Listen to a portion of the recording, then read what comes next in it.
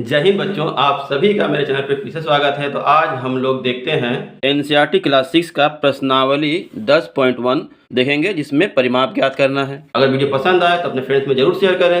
अगर आपका भी कोई प्रश्न है तो कमेंट कीजिए, मैं उस पर वीडियो जरूर बनाऊंगा। अगर आप मेरे चैनल पर पहली बार आए हैं तो कृपया चैनल को सब्सक्राइब कर लें, साथ में बेल आइकन को भी दबा दें ताकि आगे आने वाली वीडियोज़ की नोटिफिकेशन आपको सबसे पहले मिल जाए। तो चलिए शुरू करते हैं।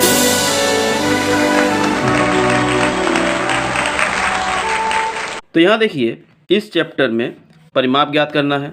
तो पहला प्रश्न है, नीचे दी गई आकृतियों का परिमाप ज्ञात कीजिए। तो हम एक एक करके सारे का परिमाप ज्ञात करेंगे। परिमाप का अर्थ होता है बाहरी जो लंबाई है वो कितनी है। जैसे इसकी लंबाई सबको हम लोग जोड़ देंगे, सिर्फ जोड़ना है। बाहरी घेरा कितना है सबको हम लोग क्या करेंगे, एक एक करके जोड़ेंगे। तो हम लोग कागज़ पे लिख लेते हैं।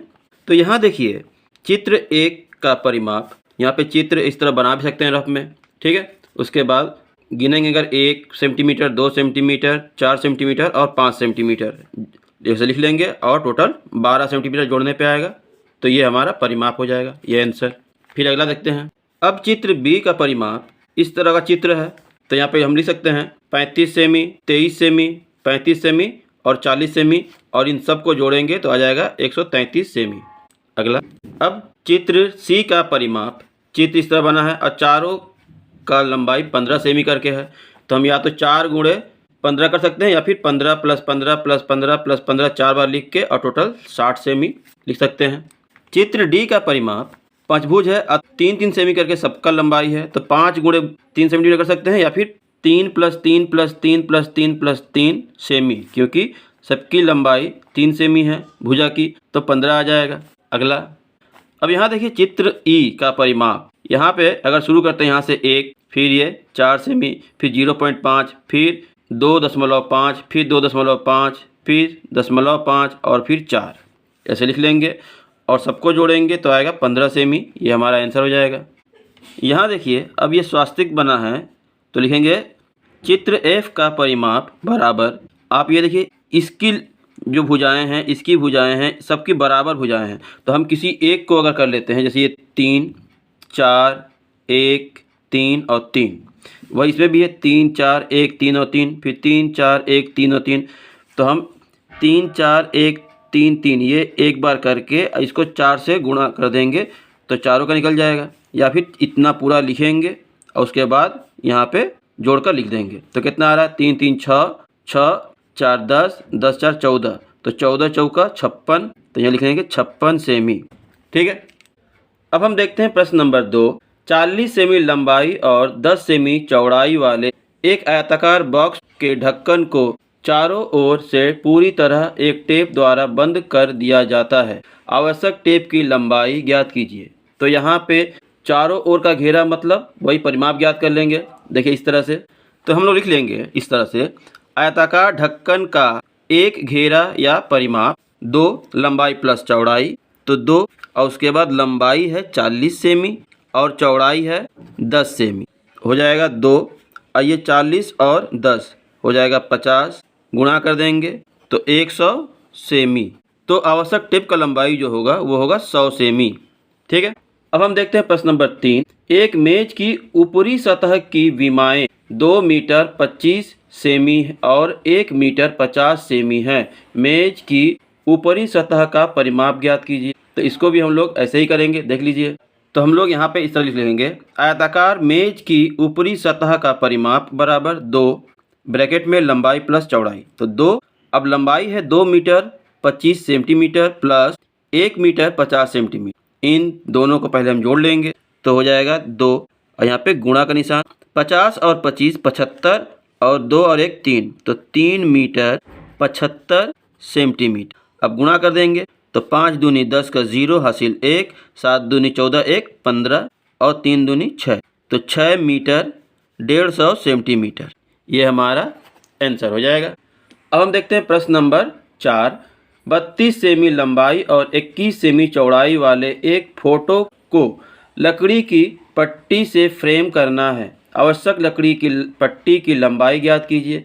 तो ये देखिए, फोटो का पूरा चारों ओर का परिमाप ही ज्ञात करेंगे तब लकड़ी की लंबाई ज्ञात हो जाएगी।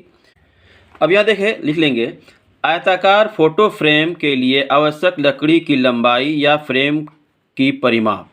तो फ्रेम का परिमाप ज्ञात करने के लिए 2 और लंबाई जो फोटो का दिया है वो लिखेंगे 32 सेमी और चौड़ाई 21 सेमी। अब उसके बाद हम दोनों को हम जोड़ लेंगे। तो यहाँ पे 2 और जोड़ने पे आएगा 3 2 5 53 53 सेमी। अब गुणा करेंगे तो 3 दूनी 6 5 दूनी 10 106 सेमी लंबाई हो गई। अब हम देखते हैं प्रश्न नंबर 5। एक आयताकार भूखंड की लंबाई और चौड़ाई क्रमशः 0.7 किलोमीटर और 0.5 किलोमीटर है। इसके चारों ओर एक तार से 4 पंक्तियों में बाड़ा लगाई जानी है। आवश्यक तार की लंबाई ज्ञात कीजिए। तो यहाँ देखिए चारों ओर का घेरा तो लगाना है तो परिमाप ज्ञात कर लेंगे, लेकिन 4 पंक्तियाँ करना है, मतलब परिमाप को भी 4 बार गुणा करेंगे तब इसका आंसर आ जाएगा।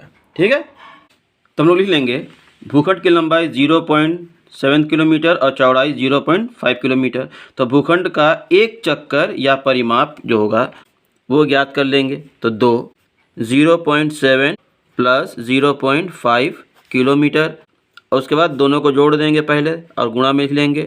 तो 7 5 12। तो जब 12 हो रहा है लेकिन यहाँ पे एक ही अंक के बाद दशमलव दोनों है, तो एक अंक के बाद दशमलव यहाँ 1.2 किलोमीटर। अब दोनों का गुणा कर लेंगे तो 12 दूनी 24। तो ये 24 फिर एक दशमलव यहाँ लग जाएगा, इतना किलोमीटर। अब 4 चक्कर लगाना है तो लिख लेंगे। तो इसके बाद यहाँ लिख लेंगे आवश्यक तार की लंबाई 4 गुणे परिमाप।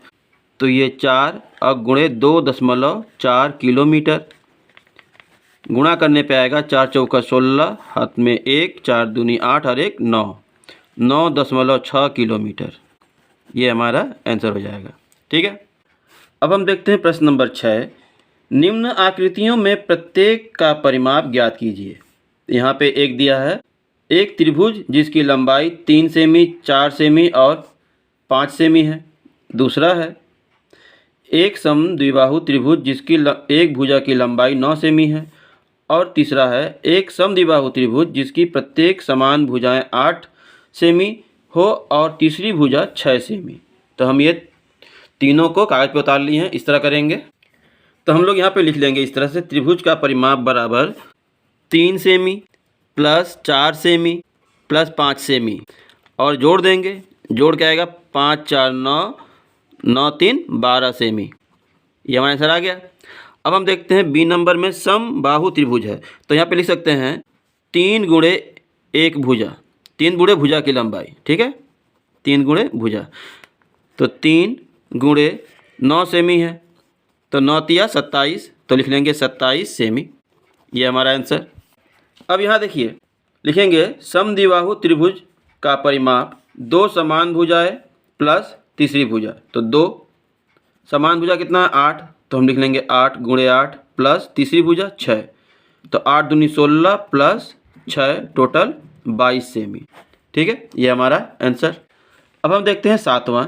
एक त्रिभुज का परिमाप ज्ञात कीजिए जिसकी भुजाएं 10 सेमी 14 सेमी तथा 15 सेमी है। तो हम लोग इसको इस तरह कर लेंगे। तो हम लोग यहाँ इस तरह कर लेंगे त्रिभुज का परिमाप। अब तीनों भुजा जो है 10 14 और 15 है, तो लिख लेंगे तीनों भुजाओं का योग बराबर 10 semi plus 14 semi plus 15 semi और टोटल जोड़ के आ जाएगा 24 34 39 सेमी। ये हमारा आंसर हो जाएगा। ठीक है, अब देखते हैं 8वां। एक सम षटभुज का परिमाप ज्ञात कीजिए जिसकी प्रत्येक भुजा का माप 8 सेमी है। तो हम लोग इसको इस तरह करेंगे। तो हम लोग इस तरह लिख लेंगे षटभुज मतलब जिसमें 6 भुजा हो। तो लिखेंगे षटभुज का परिमाप बराबर 6 गुणे भुजा, क्योंकि सम षटभुज बोला है, सब बराबर है।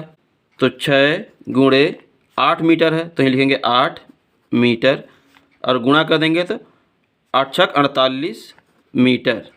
ये हमारा आंसर। अब हम देखते हैं 9 नंबर। एक वर्ग की भुजा ज्ञात कीजिए जिसका परिमाप 20 सेमी है। तो इसको हम लोग इस तरह करते हैं। अब यहाँ देखिए वर्ग जिसकी चारों भुजाएं बराबर होती हैं, तो एक का दिया है 20 मीटर। अब परिमाप ज्ञात करेंगे तो 4 गुणे भुजा कर लेंगे, क्योंकि चारों 20-20 मीटर है। तो 4 गुणे 20, 20 चौका 80 मीटर। ये हमारा आंसर। अब हम देखते हैं प्रश्न नंबर 10। एक सम पंचभुज का परिमाप 100 सेमी है, तो प्रत्येक भुजा की लंबाई ज्ञात कीजिए। इस तरह करेंगे। अब यहाँ देखिए दिया है सम पंचभुज का परिमाप बराबर 100 सेंटीमीटर।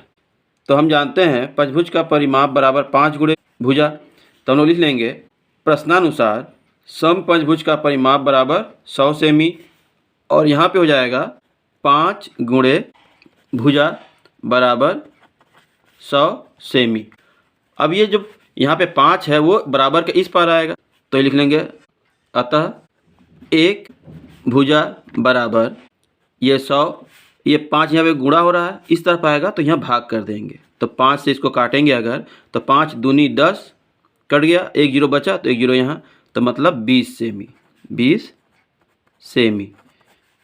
तो पंचभुज की एक भुजा की लंबाई क्या है? 20 सेमी है। इस तरह निकल जाएगा। आशा है यहाँ तक वीडियो आपको समझ में आया होगा। आगे के वीडियो प्रश्नों को हम अगली वीडियो में करेंगे, पार्ट 2 में। अगर वीडियो पसंद आया है तो अपने फ्रेंड्स में ज़रूर शेयर करें। कमेंट करके बताएं कि आपको वीडियो कैसा लगा। कोई प्रश्न है तो कमेंट कीजिए, मैं इस वीडियो जरूर बनाऊंगा। तो मिलते हैं अगली वीडियो में। धन्यवाद।